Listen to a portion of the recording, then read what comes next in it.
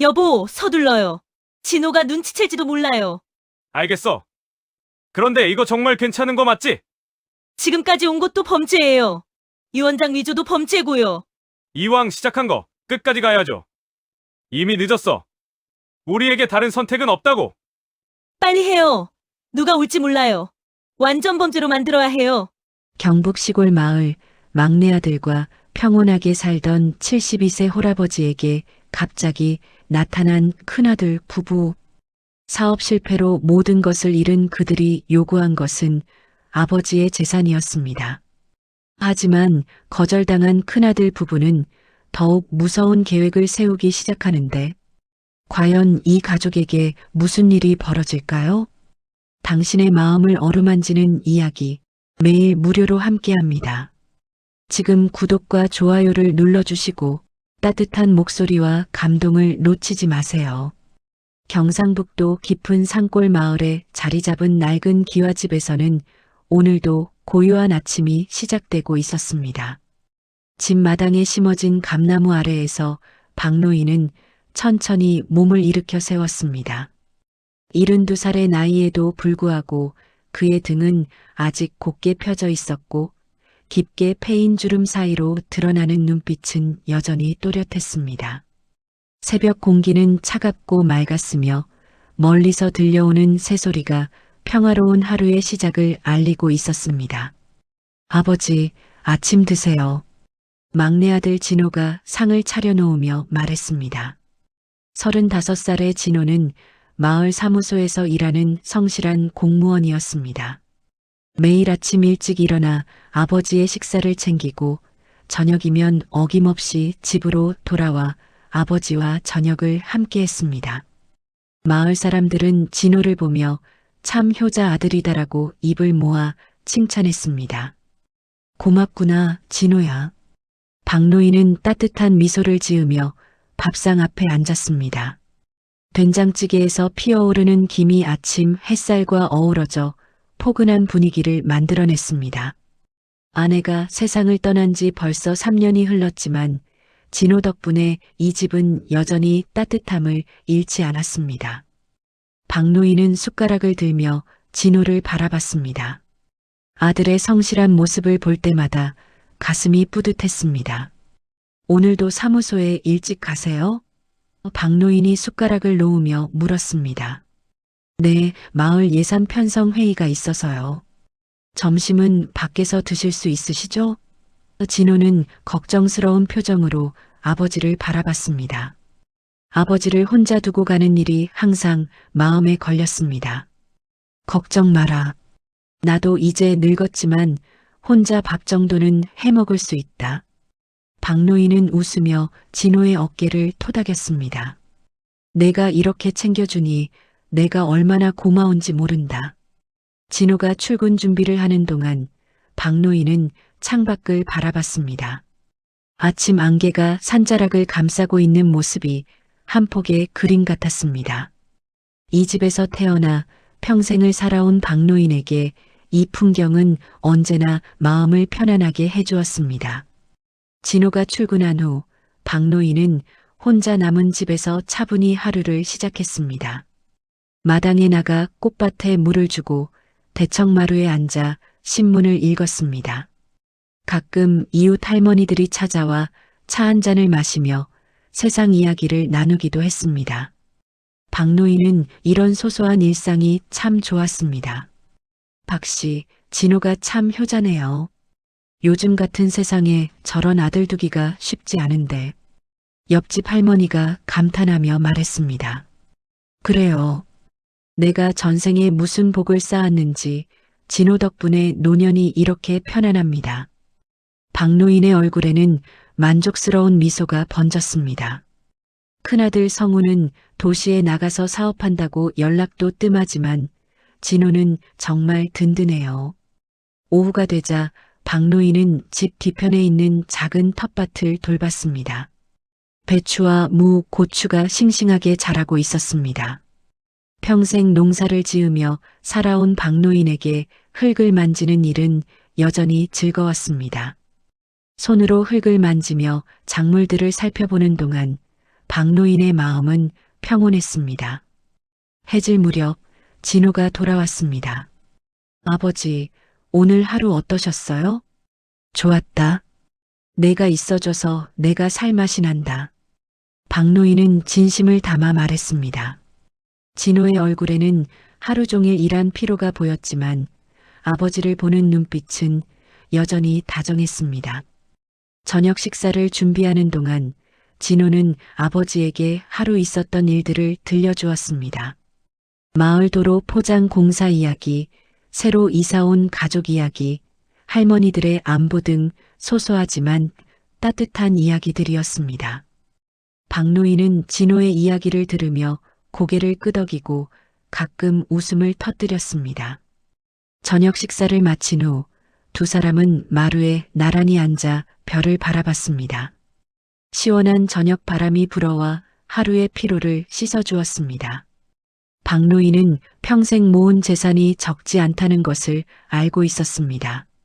농밭과 집, 그리고 은행에 예금해둔 돈까지 합치면 제법 큰 액수였습니다. 하지만 그는 아직 그 재산을 나누어 줄 생각이 없었습니다. 진호야, 내가 이렇게 나를 돌봐주니 내 마음이 편하다. 박노인이 조용히 말했습니다. 당연한 일입니다, 아버지. 아버지께서 저를 키워주신 은혜를 어떻게 다 갚겠어요. 진호는 아버지의 손을 꼭 잡으며 대답했습니다. 달빛이 기와 집을 은은하게 비추는 가운데 박노인과 진호는 서로를 믿고 의지하며 하루를 마무리했습니다. 박노인은 진호와 함께 보내는 이런 평범한 시간들이 얼마나 소중한지 깊이 느끼고 있었습니다. 큰아들 성우는 도시에서 사업을 한다며 몇 년째 연락이 뜸했지만 진호만 있으면 충분했습니다. 밤이 깊어가면서 두 사람은 각자의 방으로 돌아갔습니다. 박노인은 침대에 누워 천장을 바라보며 생각에 잠겼습니다. 진호가 결혼해서 가정을 꾸리면 좋겠다는 생각, 그리고 자신이 죽은 후 이 모든 재산이 진호에게 온전히 전해졌으면 하는 바람이었습니다. 창밖으로 들려오는 귀뚜라미 소리가 잠자리에 드는 박노인을 편안하게 해주었습니다. 평화로운 일상이 계속되던 어느 날 오후 마당에서 꽃밭을 돌보고 있던 박노인의 귀에 익숙한 엔진 소리가 들려왔습니다. 고개를 들어 대문 쪽을 바라보니 검은색 승용차 한 대가 천천히 다가오고 있었습니다. 차에서 내린 사람을 보는 순간 박노인의 얼굴에 놀라움이 스쳤습니다. 성우야. 박노인이 반가움을 담아 외쳤습니다. 오랫동안 소식이 없던 큰아들 성우가 며느리 미정과 함께 나타난 것이었습니다. 42살의 성우는 예전보다 야위어 보였고 39살의 미정 역시 화장으로도 가리기 힘든 피로가 얼굴에 드러나 있었습니다. 아버지, 안녕하세요. 성우가 어색하게 인사했습니다. 미정도 어색한 미소를 지으며 고개를 숙였습니다. 아버님, 오랜만입니다. 그래, 잘 왔다. 얼마나 기다렸는지 모른다. 박노인은 기뻐하며 성우 부부를 집 안으로 안내했습니다. 하지만 성우의 표정에서 무언가 어두운 그림자를 느낄 수 있었습니다. 거실에 앉은 성우는 한참 동안 말을 잇지 못했습니다. 미정이 성우의 팔을 살짝 찔러 재촉하자 성우는 깊은 한숨을 내쉬었습니다. 아버지, 실은 할 말이 있어서 왔습니다. 성우의 목소리는 떨리고 있었습니다. 사업이 완전히 망했습니다. 투자했던 돈을 모두 잃었고 빚까지 생겼어요. 박노인의 얼굴이 굳어졌습니다. 성우가 몇 년 전부터 도시에서 사업을 한다고 했을 때부터 불안했던 예감이 현실이 된 것이었습니다. 얼마나 큰 빚인가? 박노인이 조심스럽게 물었습니다. 3억 정도 됩니다. 미정이 대신 대답했습니다. 아버님, 저희가 이렇게 찾아온 것은 다른 게 아니라 성우가 미정의 말을 이어받았습니다. 아버지, 재산을 조금만 미리 주시면 안 될까요? 이 위기만 넘기면 다시 일어설 수 있어요. 정말 간절합니다. 박노인은 잠시 침묵했습니다. 큰아들이 어려운 상황에 처한 것은 안타까웠지만 쉽게 결정할 수 있는 문제가 아니었습니다. 평생 모은 재산을 함부로 건드릴 수는 없었습니다. 성우야, 아버지 마음을 이해해다오. 박노인이 천천히 말을 시작했습니다. 내 재산은 내가 평생 피땀 흘려 모은 것이다. 그리고 내 마지막 숨까지 내가 지킬 것이다. 미리 줄 생각은 없다. 그 순간 성우의 표정이 서늘하게 굳었습니다. 미정 역시 입술을 깨물며 실망감을 감추지 못했습니다. 아버지, 저희가 정말 절박한 상황이라고 말씀드렸잖아요. 성우의 목소리에 날카로움이 섞였습니다. 형제끼리 똑같이 나눠 갖는 게 당연한 거 아닙니까? 그건 내가 죽은 다음 이야기다. 박노인은 단호하게 대답했습니다. 살아있는 동안은 내 재산이고 내 마음대로 할 것이다. 미정이 성우의 소매를 잡아당기며 눈짓했습니다. 성우는 억지로 화를 참으며 말했습니다. 알겠습니다. 하지만 아버지도 생각해 보세요. 저희가 이렇게 어려운 상황에서 찾아온 것을요. 성우야, 내가 사업에 실패한 것은 안타깝다. 하지만 그것이 내 재산을 미리 나누어 줄 이유가 되지는 않는다. 박노인의 목소리는 흔들림이 없었습니다. 성우와 미정은 서로 눈을 마주쳤습니다. 미정의 눈에는 분노가 서려 있었고 성우는 주먹을 꽉 쥐고 있었습니다. 저녁 무렵 진호가 집에 돌아왔습니다. 형님이 오셨네요. 진호는 반가워하며 성우 부부를 맞았습니다. 진호야, 오랜만이다. 성우는 억지로 웃음을 지었지만 그 웃음 뒤에 숨겨진 감정을 진호는 느낄 수 있었습니다. 저녁 식사 자리에서 분위기는 어색했습니다. 성우 부부는 대화에 적극적으로 참여하지 않았고 박노인도 평소보다 말수가 적었습니다. 진호만이 분위기를 띄우려 애썼지만 쉽지 않았습니다. 형님, 사업은 어떻게 되고 있어요? 진호가 조심스럽게 물었습니다. 글쎄, 요즘 경기가 안 좋아서 힘들다. 성우는 대충 얼버무렸습니다.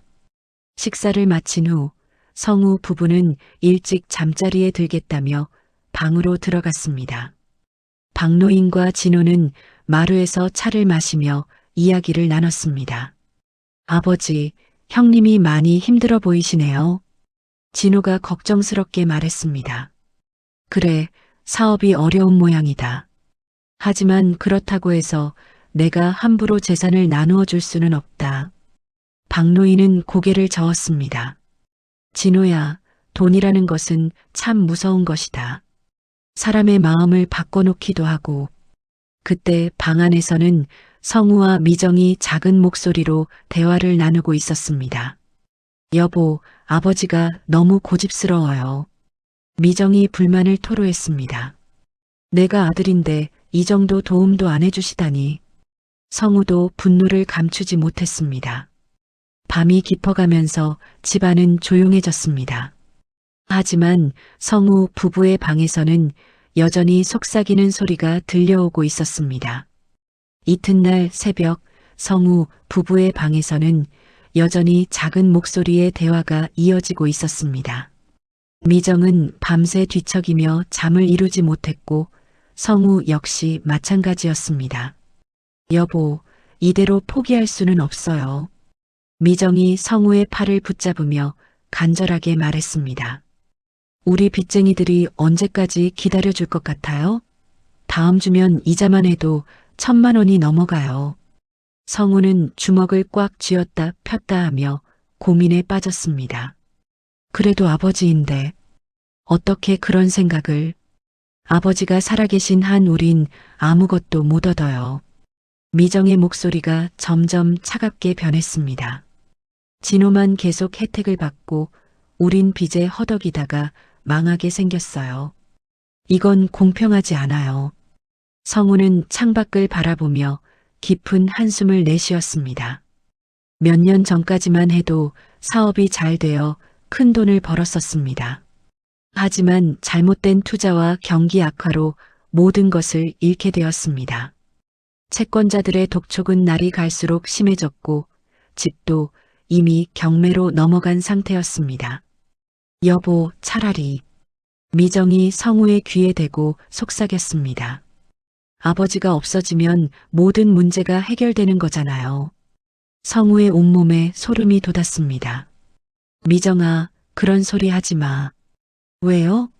어차피 아버지도 나이가 많으시잖아요. 몇 년 더 사시겠어요? 미정의 눈빛이 섬뜩하게 변했습니다. 우리가 조금만 도와드리면 더 편하게 가실 수도 있고요. 성우는 처음에 고개를 저었지만 미정의 말이 계속 귓가에 맴돌았습니다. 빚쟁이들의 협박, 파산 위기, 그리고 아버지의 거절. 모든 것이 성우를 벼랑 끝으로 몰아가고 있었습니다. 아침이 되자 성우 부부는 평소와 다름없이 아침 식사를 했습니다. 하지만 박노인은 성우의 시선에서 무언가 이상한 기운을 느꼈습니다. 큰아들이 자신을 바라보는 눈빛이 예전과 달랐습니다. 성우야, 너 얼굴색이 안 좋다. 몸이 아픈가? 박노인이 걱정스럽게 물었습니다. 아니에요, 아버지. 그냥 잠을 못 잤을 뿐이에요. 성우는 고개를 돌리며 대답했습니다. 진호가 출근한 후 성우 부부는 아버지와 함께 거실에 앉아 있었습니다. 성우는 계속해서 재산 이야기를 꺼냈지만 박노인의 답변은 변하지 않았습니다. 아버지, 정말 한 푼도 안 도와주실 건가요? 성우의 목소리에 절망감이 묻어났습니다. 성우야, 내가 어려운 건 알겠지만 내 재산은 함부로 건드릴 수 없다. 박노인은 여전히 단호했습니다. 내가 스스로 일어서야 한다. 그 순간 미정이 입을 열었습니다. 아버님, 저희가 이렇게 무릎 꿇고 부탁해도 안 되는 건가요? 미정의 목소리에는 원망이 가득했습니다. 미정아, 나도 내가 어려운 건 안타깝다. 하지만 이건 원칙의 문제다. 박노인이 차분하게 대답했습니다. 오후가 되자 성우 부부는 마을을 둘러본다며 집을 나섰습니다. 하지만 실제로는 한적한 곳에서 은밀한 대화를 나누기 위해서였습니다. 여보, 이제 결정해야 해요. 미정이 성우의 손을 꽉 잡으며 말했습니다. 아버지는 절대 마음을 바꾸지 않을 거예요. 성우는 고개를 떨구며 고민했습니다. 양심과 현실 사이에서 갈등하고 있었습니다. 진호가 모든 걸 다 가져갈 텐데 정작 우리는 빚더미에 앉아서 망하게 생겼어요. 미정이 계속 성우를 설득했습니다. 이건 정의롭지 않아요. 하지만 아버지인데. 성우의 목소리는 점점 약해졌습니다. 아버지도 이미 나이가 많으세요. 고통 없이 편하게 보내드리는 것도 효도 아닐까요? 미정의 말에 성우의 마음이 흔들렸습니다. 저녁 무렵 집으로 돌아온 성우 부부의 모습에서 박노인은 뭔가 달라진 기운을 느꼈습니다.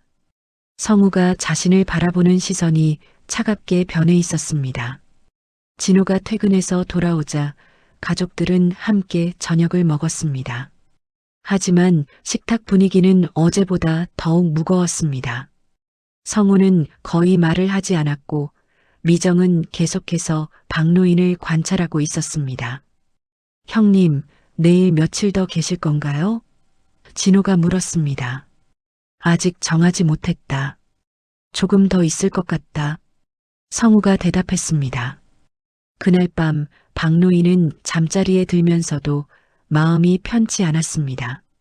큰아들 부부의 시선과 분위기에서 뭔가 불길한 기운을 느꼈기 때문이었습니다.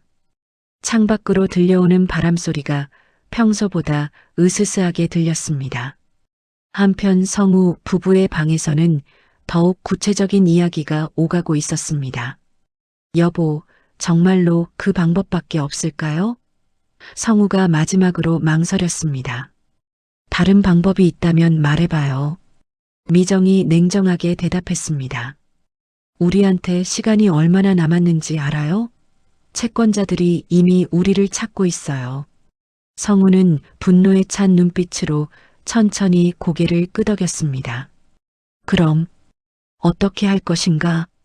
먼저 유언장부터 준비해야 해요. 미정이 차분하게 말했습니다. 아버지 도장을 구해서 가짜 유언장을 만들어야죠.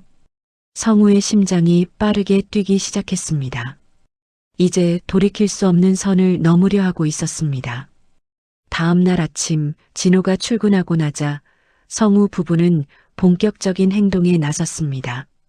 미정이 먼저 박노인에게 다가갔습니다. 아버님, 어제 말씀드린 것 다시 한번 생각해 보시지 않으시겠어요? 미정의 목소리는 애절했지만 눈빛은 차가웠습니다. 미정아, 내 마음은 변하지 않는다. 박노인이 단호하게 대답했습니다. 성우가 아버지 앞에 무릎을 꿇고 앉았습니다. 아버지, 제발 도와주세요. 정말 마지막 기회입니다. 박노인은 큰아들의 절박한 모습을 보며 마음이 아팠지만 결심은 흔들리지 않았습니다. 성우야, 일어서라. 이렇게 무릎 꿇는다고 해서 내 마음이 바뀌지는 않는다. 성우와 미정은 서로 눈을 마주쳤습니다. 미정이 거의 들리지 않을 정도로 작은 목소리로 속삭였습니다. 이제 그 방법밖에 없어요. 점심시간이 되자 박노인은 낮잠을 자러 방으로 들어갔습니다. 성우 부부는 이 기회를 놓치지 않았습니다. 미정이 망을 보는 동안 성우는 아버지 방으로 조심스럽게 들어갔습니다. 박노인의 책상 서랍에서 도장을 찾기 위해서였습니다. 서랍을 하나씩 열어보던 성우는 마침내 빨간 주머니에 쌓인 도장을 발견했습니다. 아버지의 실명이 새겨진 도장을 손에 쥔 순간 성우의 손이 떨렸습니다. 하지만 곧 마음을 굳혔습니다. 찾았어요? 밖에서 기다리던 미정이 작은 목소리로 물었습니다. 응. 성우가 도장을 보여주었습니다. 미정은 미리 준비해온 종이를 꺼냈습니다. 그것은 유언장 양식이었습니다. 이걸로 재산을 우리에게 모두 물려준다는 내용으로 써야 해요. 성우는 떨리는 손으로 펜을 들었습니다. 아버지의 필체를 흉내내려고 여러 번 연습했던 터라 어느 정도 비슷하게 쓸 수 있었습니다. 모든 재산을 큰아들 성우에게 물려준다는 내용의 가짜 유언장이 완성되었습니다. 이제 도장을 찍어야 해요. 미정이 성우를 재촉했습니다. 성우는 잠시 망설였지만 결국 아버지의 도장을 유언장에 찍었습니다. 그 순간 돌이킬 수 없는 선을 넘었다는 것을 알았지만 이미 늦었습니다. 오후가 되자 박노인이 잠에서 깨어났습니다. 성우 부부는 아무 일 없었다는 듯이 거실에서 텔레비전을 보고 있었습니다. 아버지, 주무셨어요? 성우가 억지로 웃음을 지으며 말했습니다. 박노인은 성우를 바라보며 이상한 느낌을 받았습니다. 뭔가 달라진 것 같았지만 정확히 무엇인지 알 수 없었습니다. 응, 잘 잤다. 그때 박노인은 자신의 방 서랍이 살짝 열려 있는 것을 발견했습니다. 분명히 닫아놓았던 것 같은데. 박노인은 서랍을 확인해 봤지만 특별히 없어진 것은 없는 것 같았습니다. 하지만 뭔가 찜찜한 기분이 들었습니다. 저녁 무렵 진호가 돌아왔을 때 박노인은 진호를 방으로 불렀습니다. 진호야, 너한테 할 말이 있다. 박노인의 목소리가 평소보다 진지했습니다. 네, 아버지. 무슨 일이세요? 진호가 걱정스럽게 물었습니다. 요즘 내 형이 이상하다. 나를 바라보는 눈빛이 예전 같지 않아. 박노인이 조심스럽게 말했습니다. 내가 너무 예민한 건가 싶기도 하지만 진호도 형의 변화를 느끼고 있었습니다. 저도 어제부터 형님이 좀 이상하다고 생각했어요. 진호야, 나를 꼭 지켜다오. 박노인이 진호의 손을 잡으며 간절하게 말했습니다. 내가 무슨 일을 당할까봐 두렵다. 아버지, 무슨 소리세요? 형님이 아무리 그래도 그럴 리가.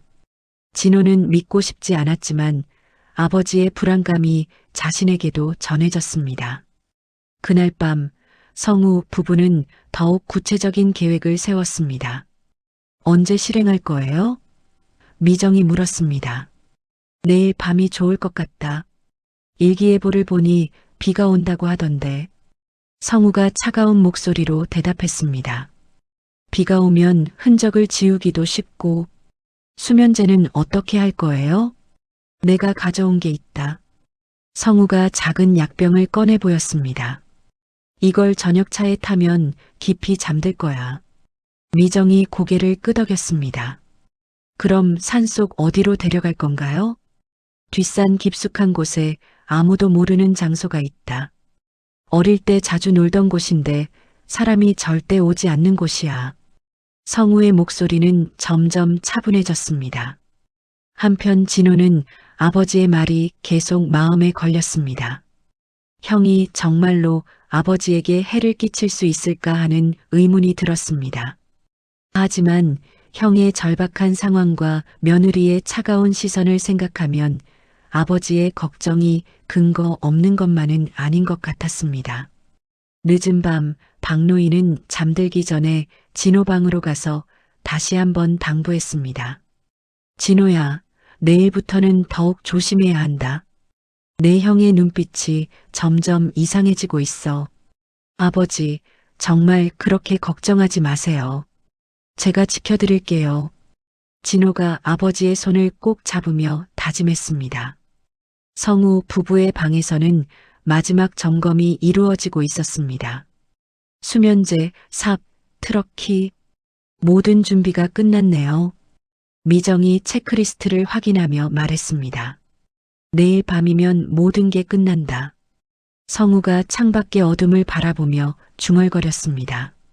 아버지 재산은 전부 우리 것이 될 거야. 바람이 창문을 흔들고 먼 곳에서 천둥 소리가 들려왔습니다. 폭풍우가 몰려오고 있었습니다. 다음 날 저녁 하늘에는 먹구름이 몰려들기 시작했습니다.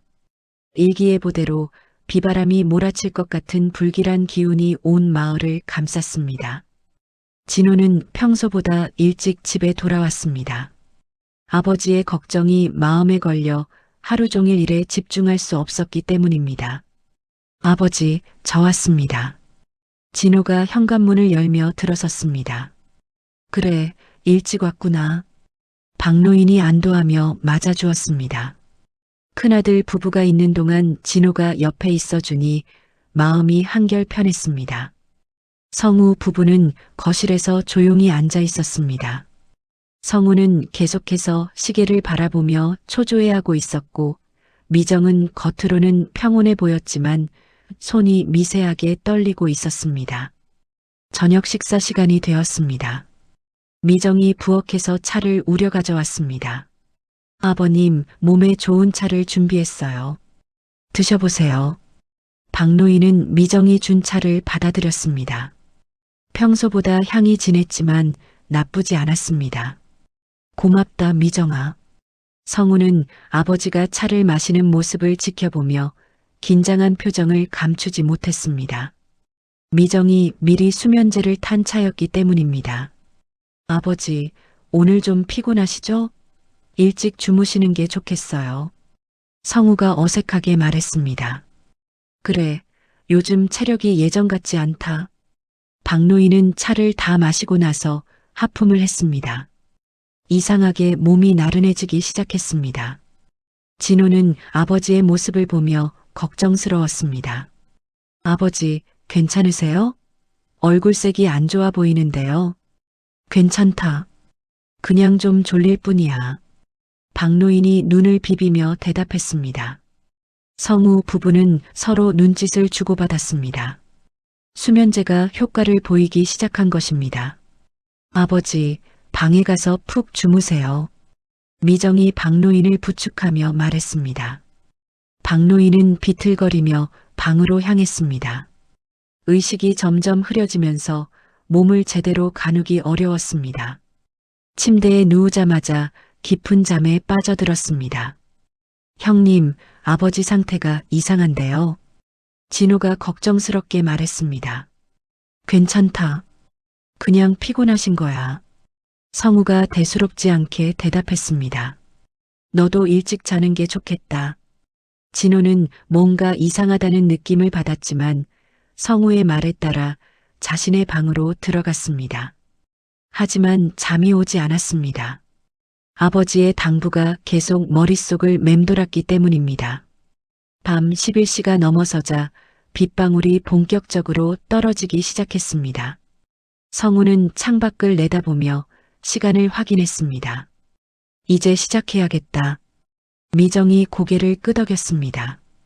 두 사람은 조용히 박노인의 방으로 들어갔습니다.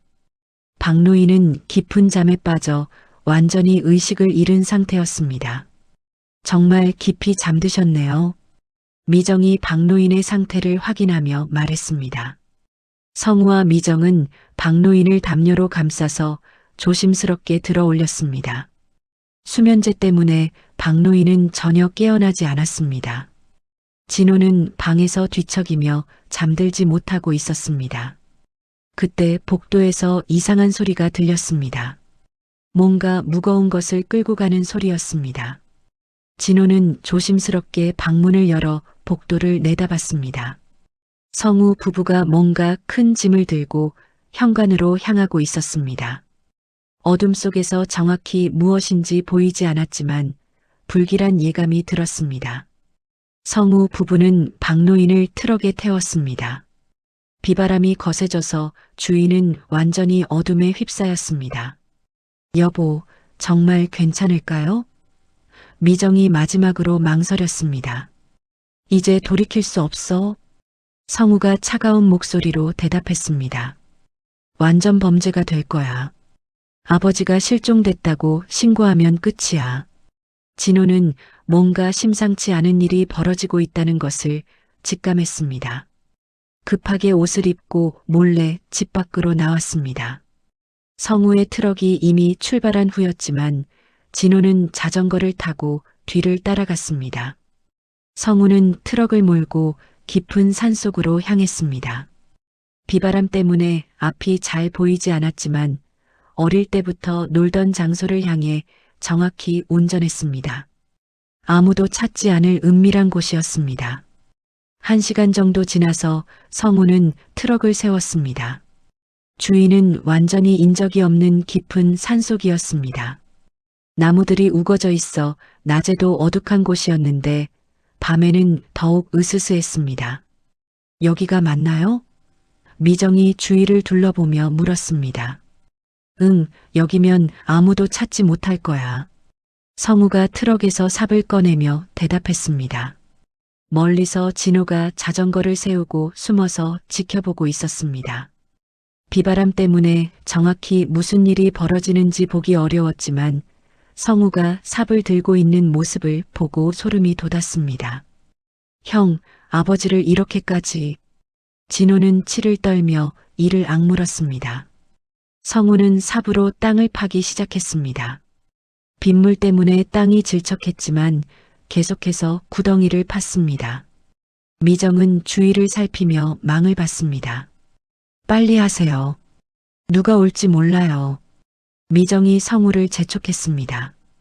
구덩이가 어느 정도 깊어지자 성우와 미정은 트럭에서 박노인을 끌어내렸습니다. 박노인은 여전히 깊은 잠에 빠져 있었습니다. 비바람이 몰아치는 깊은 산속에서 성우는 삽질을 계속하고 있었습니다. 빗물 때문에 땅이 질척해서 파기 어려웠지만 절망적인 상황이 성우에게 힘을 주었습니다. 구덩이는 점점 깊어졌고 미정은 계속해서 주위를 살피며 망을 봤습니다. 여보, 충분히 깊어진 것 같아요. 미정이 성우를 향해 말했습니다. 구덩이는 이미 성인 남자가 들어갈 만큼 깊고 넓었습니다. 성우는 숨을 헐떡이며 삽을 내려놓았습니다. 이제 끝내자. 두 사람은 트럭에서 의식을 잃은 박노인을 조심스럽게 끌어냈습니다. 박노인은 수면제 때문에 완전히 정신을 잃은 상태였지만 미약하게나마 숨을 쉬고 있었습니다. 그 순간 박노인이 흐릿한 의식 속에서 중얼거렸습니다. 성우야, 내가 사람이냐? 성우의 손이 순간 멈췄습니다. 아버지의 목소리가 귓가에 맴돌았습니다. 하지만 미정이 성우의 등을 떠밀었습니다. 지금 멈출 수 없어요. 이미 여기까지 왔잖아요. 미정의 목소리는 차갑고 단호했습니다. 성우는 차가운 표정으로 아버지를 내려다봤습니다. 이제 모든 게 끝났습니다, 아버지. 두 사람은 박노인을 구덩이 안에 넣었습니다. 박노인의 몸은 차가운 흙바닥에 떨어졌고 미정은 곧바로 흙을 퍼부어 덮기 시작했습니다. 빨리 해요. 미정이 성우를 재촉했습니다. 성우도 삽을 들고 흙을 퍼부었습니다. 박노인의 몸이 점점 흙 속으로 사라져갔습니다. 비바람이 더욱 거세져서 두 사람의 옷은 완전히 젖어 있었지만 멈출 수 없었습니다. 이제 다 끝났어. 성우가 마지막 흙을 덮으며 말했습니다. 구덩이는 완전히 메워졌고 주위에 낙엽을 뿌려서 흔적을 감췄습니다. 정말 아무도 모를까요? 미정이 불안해하며 물었습니다. 걱정 마. 이곳은 아무도 오지 않는 곳이야. 성우가 자신 있게 대답했습니다. 그리고 내일 아침에 아버지가 실종됐다고 신고할 거야. 완전 범죄가 될 거라고. 두 사람은 사용한 도구들을 정리하고 트럭에 올랐습니다. 성우가 시동을 걸자 트럭은 천천히 산길을 따라 내려가기 시작했습니다. 내일부터는 우리가 이 집의 주인이에요. 미정이 만족스러운 미소를 지으며 말했습니다. 가짜 유언장도 있고 아버지는 실종됐으니 완벽해요. 그래, 이제 모든 빚을 갚을 수 있고 새로운 사업도 시작할 수 있어. 성우의 목소리에는 해방감이 묻어났습니다. 멀리서 이 모든 광경을 지켜보던 진호는 형의 트럭이 완전히 사라질 때까지 기다렸습니다. 온몸이 떨렸지만 아버지를 구해야 한다는 일념으로 그 자리로 달려갔습니다. 아버지, 아버지. 진호가 간 메워진 흙더미를 발견하고 미친 듯이 손으로 흙을 파내기 시작했습니다. 비바람이 거셌지만 멈출 수 없었습니다. 얼마나 팠을까. 마침내 아버지의 옷자락이 보였습니다. 진호는 더욱 필사적으로 흙을 걷어냈습니다. 박노인은 흙 속에 묻혀 있었지만 아직 숨을 쉬고 있었습니다. 아버지, 정신 차리세요. 진호가 박노인을 흙더미에서 끌어냈습니다. 박노인의 몸은 축 늘어져 있었고 의식이 없었지만 다행히 호흡은 계속되고 있었습니다. 진호는 아버지를 등에 업고 산속 쉼터로 향했습니다. 예전에 등산객들이 사용하던 작은 쉼터가 있는 것을 기억하고 있었습니다. 비바람을 피할 수 있는 유일한 장소였습니다. 쉼터에 도착한 진호는 아버지를 안전한 곳에 눕혔습니다. 박노인의 몸에서 흙을 털어내고 젖은 옷을 벗겨서 체온을 유지하려고 노력했습니다. 아버지, 제발 깨어나세요. 진호가 아버지의 손을 비비며 간절하게 말했습니다. 진호는 휴대폰을 꺼내 119에 신고했습니다. 다행히 쉼터 근처에서는 전화가 터졌습니다. 119입니다. 아버지가 의식을 잃으셨어요. 지금 산속 쉼터에 있는데 빨리 와주세요. 진호가 다급하게 외쳤습니다. 위치를 정확히 알려주세요. 진호는 쉼터의 위치를 상세히 설명했습니다.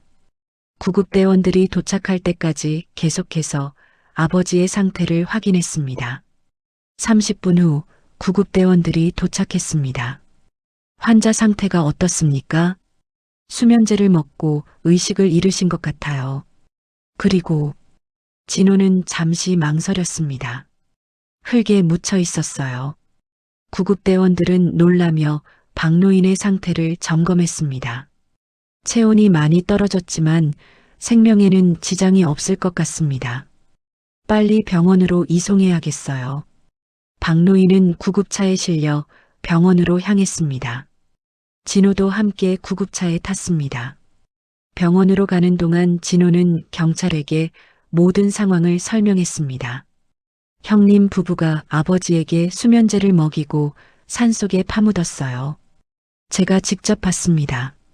진호의 목소리는 떨리고 있었지만 단호했습니다. 경찰은 즉시 성우 부부를 체포하기 위해 집으로 향했습니다. 한편 집에서는 성우 부부가 아무 일 없었다는 듯이 잠들어 있었습니다. 두 사람은 완전 범죄를 저질렀다고 확신하며 편안하게 잠들어 있었습니다. 내일 아침에 아버지 실종 신고를 하면 모든 게 끝나요. 성우가 잠들기 전 마지막으로 말했습니다. 하지만 그들이 모르는 사이에 이미 모든 것이 탄로났습니다. 진호의 증언과 현장 증거, 그리고 병원에서 박노인의 몸에서 검출된 수면제 성분까지 모든 것이 성우 부부의 범행을 입증하고 있었습니다. 새벽 6시 경찰들이 집 문을 두드렸습니다. 새벽 6시 경찰들의 문 두드리는 소리에 성우가 잠에서 깨어났습니다. 처음에는 꿈인 줄 알았지만 계속되는 소리에 정신이 번쩍 들었습니다. 누구세요? 성우가 떨리는 목소리로 물었습니다. 경찰입니다. 문 열어주세요. 경찰관의 단호한 목소리가 들려왔습니다. 성우는 미정을 급하게 깨웠습니다. 여보, 경찰이 왔어. 미정도 깜짝 놀라며 일어났습니다. 왜 경찰이? 아직 신고도 안 했는데. 두 사람은 서둘러 옷을 입고 문을 열었습니다. 경찰관 여러 명이 현관 앞에 서 있었습니다. 박성우 씨, 이미정 씨 맞습니까? 경찰관이 확인했습니다. 네, 맞는데요. 무슨 일이세요? 성우가 최대한 침착한 척하며 대답했습니다.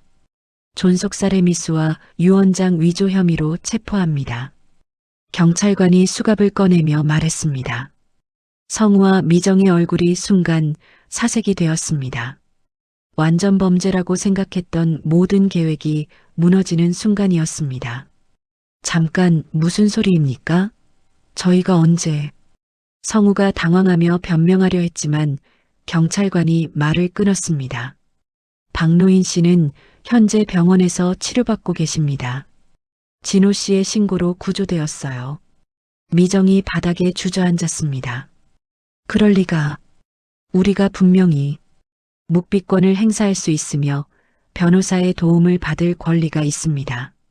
경찰관이 미란다 원칙을 고지하며 두 사람에게 수갑을 채웠습니다. 성우는 현실을 받아들이지 못하겠다는 표정으로 고개를 저었습니다. 진호가 봤다는 거군요. 그렇습니다. 처음부터 끝까지 목격했다고 하더군요. 경찰관이 차갑게 대답했습니다.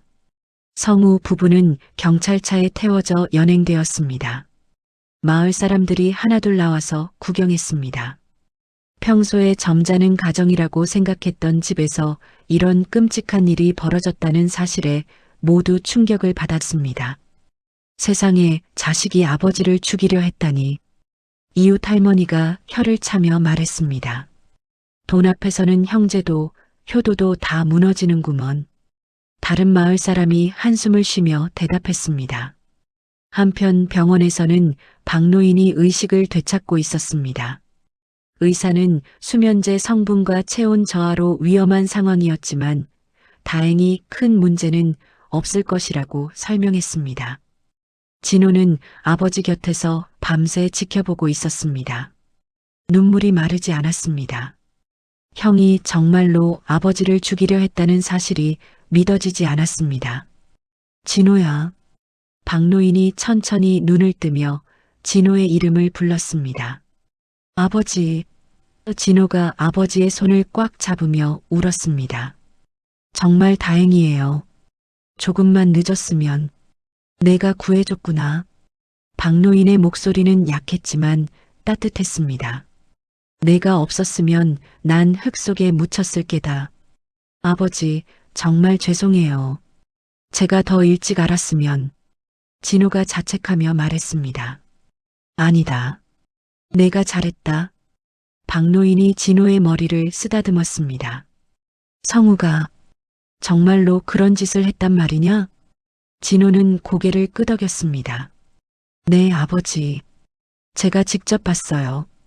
형님과 형수님이 함께. 박노인의 얼굴에 깊은 슬픔이 스쳤습니다. 큰아들이 자신을 죽이려 했다는 사실을 받아들이기 어려웠습니다. 경찰서에서는 성우 부부에 대한 조사가 시작되었습니다. 처음에는 혐의를 부인했지만 진호의 증언과 현장 증거 그리고 가짜 유언장까지 발견되면서 더 이상 변명할 수 없게 되었습니다. 정말 아버지를 죽이려 했습니까? 경찰관이 성우에게 물었습니다. 성우는 한참 동안 침묵했습니다. 결국 고개를 숙이며 인정했습니다. 빚 때문에 정신이 나갔었습니다. 미정 씨는 어떻습니까? 경찰관이 미정에게도 물었습니다. 저희가 너무 절박했어요. 하지만 정말 죽일 생각은 아니었어요. 미정이 눈물을 흘리며 변명했습니다. 하지만 증거는 명확했습니다. 수면제, 가짜 유언장, 그리고 살인미수 현장까지 모든 것이 그들의 범행을 입증했습니다.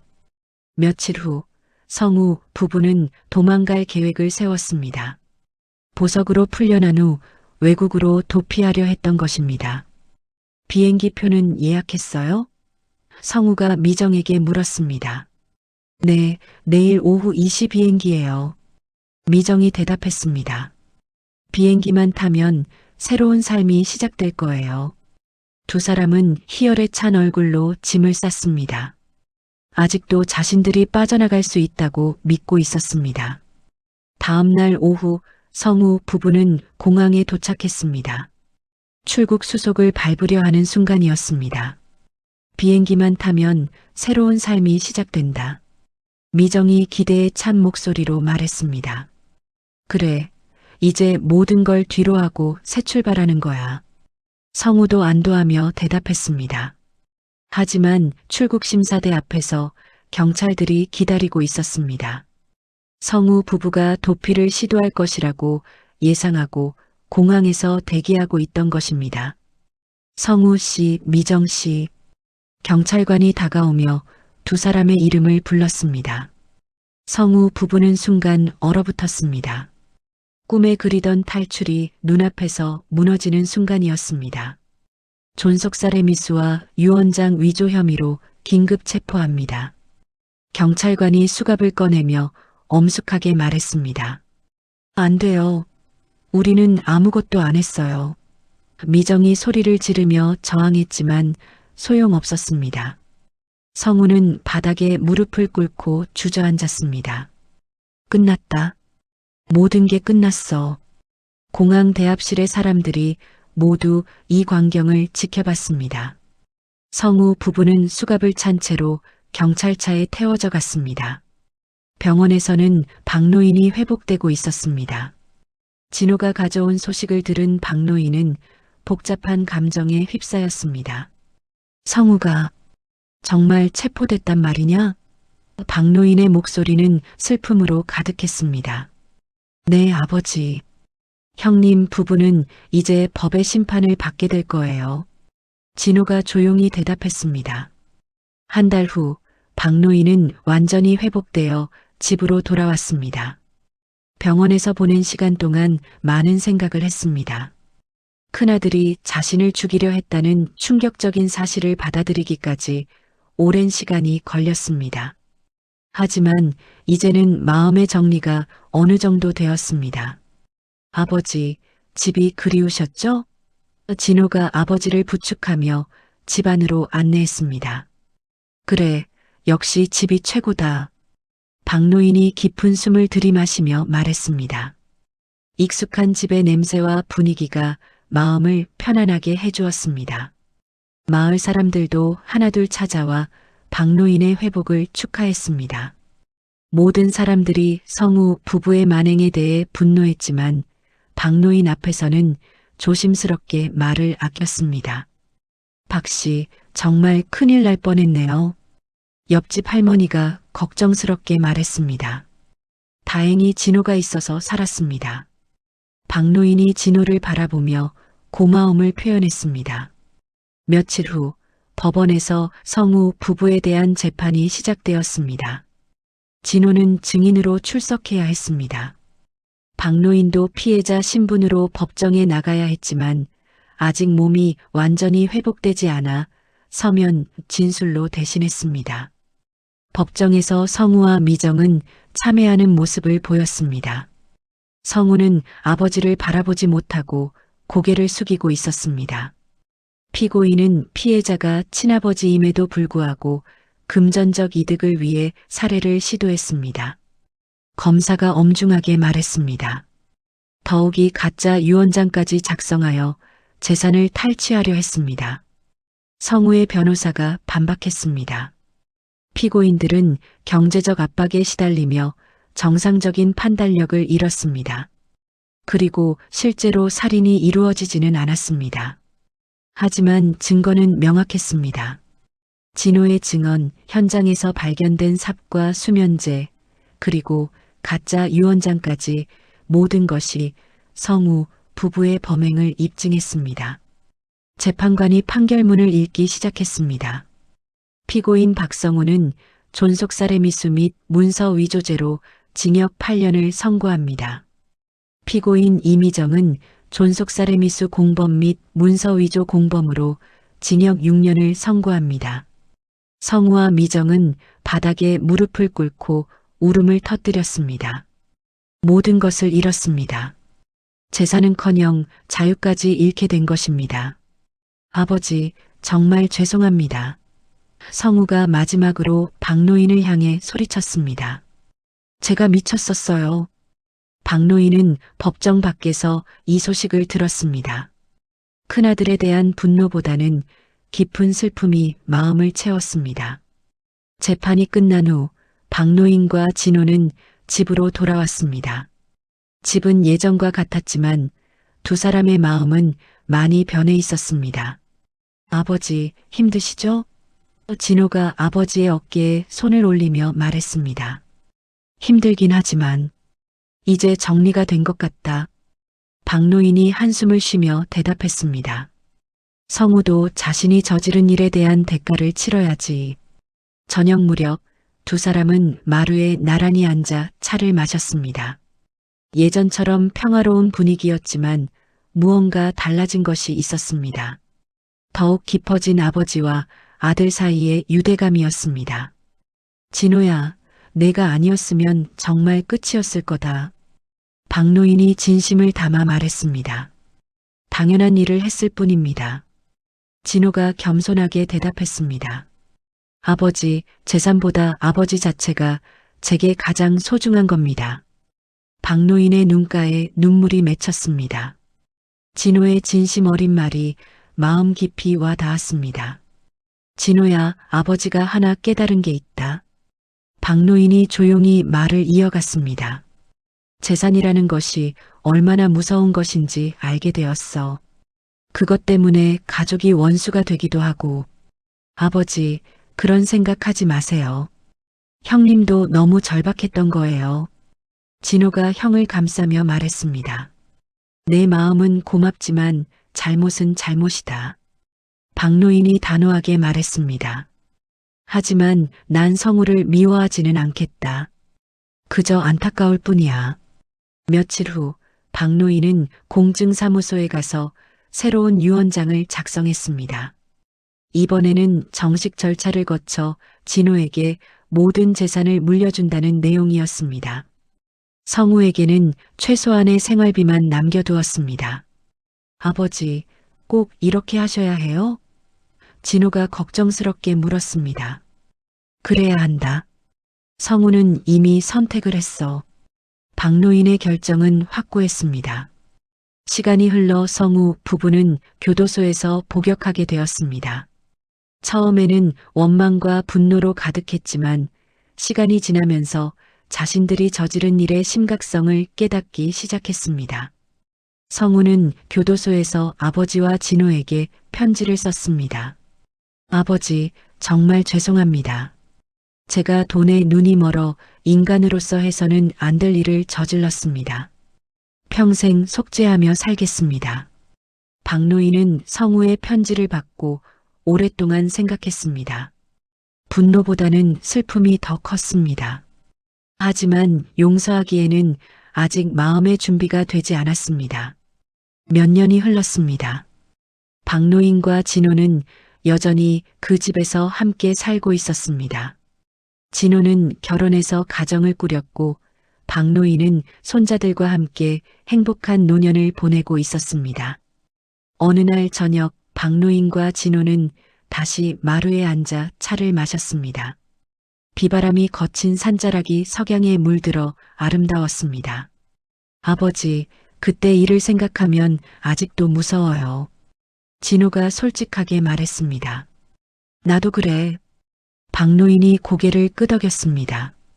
하지만 그 일 덕분에 더 소중한 것을 깨달았어. 진짜 가족이 무엇인지 말이야. 네, 아버지. 진호가 아버지의 손을 꽉 잡았습니다. 진호야, 우리는 끝까지 사람답게 살자. 박노인이 진호를 바라보며 다짐했습니다. 돈보다 소중한 게 있다는 것을 잊지 말고. 네, 아버지. 약속드려요. 진호도 같은 다짐을 했습니다. 마을 사람들은 이 사건을 오랫동안 기억했습니다. 돈 앞에서 무너진 가족 이야기는 많은 사람들에게 경각심을 주었습니다. 하지만 동시에 진정한 효와 가족애가 무엇인지도 보여준 사건이었습니다. 해가 지고 달이 떠오르는 저녁, 박노인과 진호는 서로를 바라보며 조용히 미소를 지었습니다. 폭풍우 같은 시련을 겪었지만 진짜 가족의 의미를 더욱 깊이 깨달은 두 사람이었습니다. 오늘의 이야기가 마음에 남으셨다면 구독과 좋아요로 마음을 전해주세요.